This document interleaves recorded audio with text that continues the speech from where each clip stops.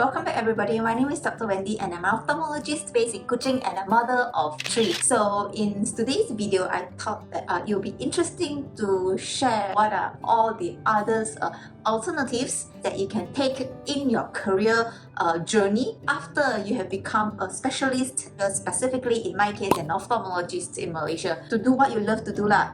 Being a specialist is not really the end of the road. There are actually 20 or 30 more years before you're retired. Do you want to spend the next 20 or 30 years doing the same routine day in, day out, punch in, punch out for 30 years? If not, I thought that this week's video will be a fun, interesting things to talk about what you can do after you become a specialist if you do not want to repeat the same cycle every single day.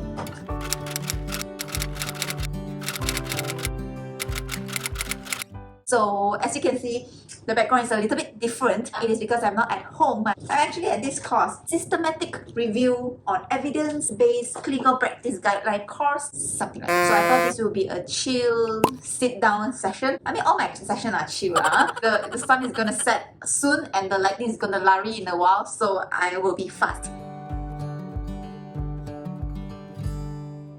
A little bit synopsis. I did my medical undergraduate in Moscow, Russia about more than 10 years ago. And then when I came back, the house officer for 2 years, and then as a medical officer, I was sent to Hospital Sarawak, which is a very, very small district in Sarawak. I did my service there, which is about 7 or 8 hours away from Kuching. Yeah, that is how far it is if I were to drive. So it's basically like Johor to Penang, like that. And I got accepted into the master program of ophthalmology in 2014. At 2018 I graduated, and 2 years later I'm an NSL certified ophthalmologist now practicing in Malaysia, specifically Kuching, which is in the oldest island in the world, the Borneo Island. Yes, that's roughly about it. And now it is 2022.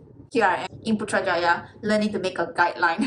Do you want to do the same things every single day for another 30 years? If you don't want, these are some of the ways that you can spice up your medical journey.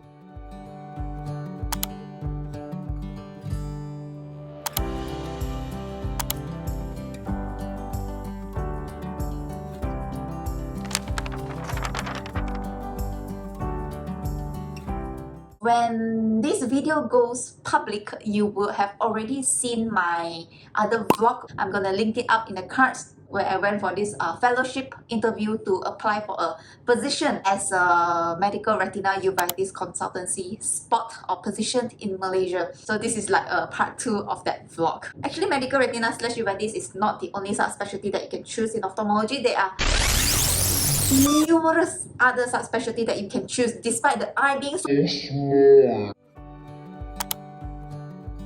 And yet we have medical retina uveitis, as I mentioned.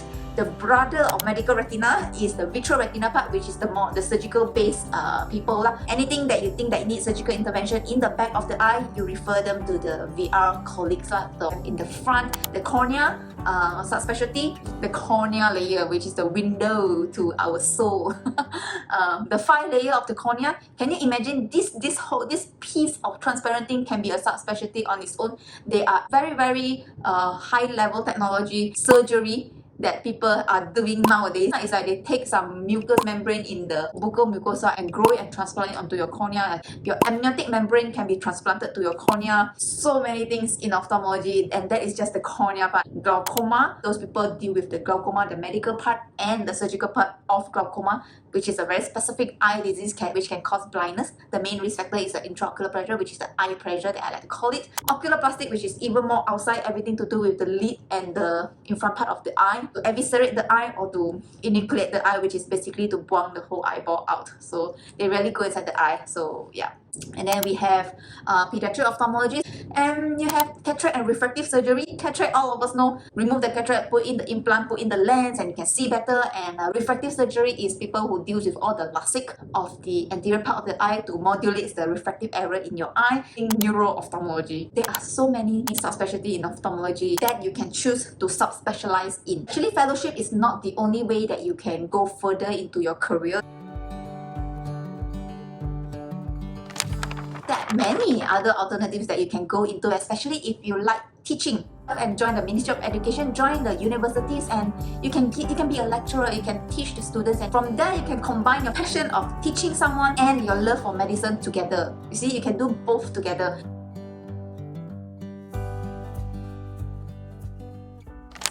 And if you're someone who likes researching, you like publication, writing of articles, but you don't particularly enjoy teaching people who ask a lot of questions, then hospital and just go into researchers. Know where is the clinical research center around your hospitals, and then how to design a trial, a clinical trial, how to write one up, or you can start slow and you can start from somewhere, start from anywhere, and you can go into researchers and get them published and get them known. You can talk and present at international conferences. Being a researcher means you can actually make new discovery in your area of expertise. I mean, like, why not? Anything is possible if you dare to dream for it and you dare to go after what you're dreaming. I mean, for all you know, the things that you're passionate about, you may one day, someday find a cure, a new treatment option which is even more effective and even more safer than the gold standard now, and it can change the paradigm of the world currently. So you can change the world. Anything is possible if you're passionate enough into researchers and when you read about statistics, all that doesn't really bore you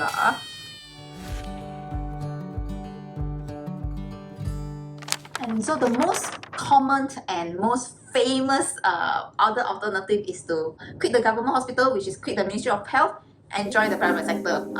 There are actually pros and cons about it. Of course, the pro is the money. It's all about the money. It's very lucrative in the private sector. You can easily earn 3 or 4 times more as compared to the government servant paid salary. And those really rajin one, those with entrepreneurial mind, some of them are earning like 6 digits a month. So private sector is something that you can consider also if you really like money and some financial security. The number one factor, 80% or 70 to 80% of the people that join the private sector is for family. This is not certified. This is what I make up on. It's for their family. They want to give their family a better comfort. You have so much of medical debt already, and the government really doesn't pay you that well.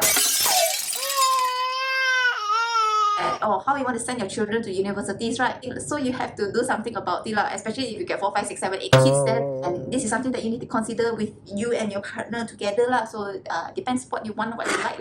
The con is that for me personally as a female doctor, I find that the con in the private sector is you cannot take long maternity leave. You cannot take extended maternity leave. You don't really have that many family time as you think you would, because they won't allow you to take so many leaves on. Your leaves will be lesser than when you're in the government sector. At least that's what I have heard. One day maybe when you are 40 plus, you're so tired of this life already, you want to go on a 1 month Europe trip or 2 months Europe trip living in a van. I don't know, suddenly got midlife crisis. You can't do that in private. Who's going to cover for you? Because you are what you are with your time. There are pros and there are cons. Again, up to you and what you want to achieve in this life. So some people go into book publication as well. They write and produce books, into textbooks, into e-books, into books. Your years of experience can be made meaningful, made purposeful when you compile all that patient pictures. In a way, you are teaching the younger generation with what you have learned and described from your books that can really help future doctors to be better at their clinical judgment as well as their clinical examinations. If it is something that you like to do, then there is also an option. There's an option in any specialty in medicine. Having said all that, there are some people who loves the patient. There are some people who love to sit at the clinic. They see the patient, they talk to their patient, they ask you, how are you? These are the people who love the on-site first-hand interaction with the patient and their families. So there are people who don't want to change anything. They enjoy sitting in the clinic, seeing patients for the next 20 or 30 years after becoming a specialist in their own respective fields. And it's good to have people like that as well, because you can join the medical camps. In my field, we have cataract camps where we go straight to the Ulu, to the Pedalaman and the district, where we offer our cataract services there, giving back to the society, all that sort of things. If you are into it, then this is how we can contribute back to the society as well. It's not all about the money in the private sector. It's not all about the honor in the publication, but also what is here is also important. Whatever you do and whatever you choose to do in whichever respective field that you are, I wish you all the best, and thank you so much for watching. If you are someone who are interested to be a specialist in Malaysia, I talk a lot more about the master program in Malaysia, specifically ophthalmology. You may want to consider subscribing to my channel, hit the notification bell button, and I really appreciate you being here. Leave a comment down below what other topics that you want me to talk about or cover. I will see you in the next video. Bye!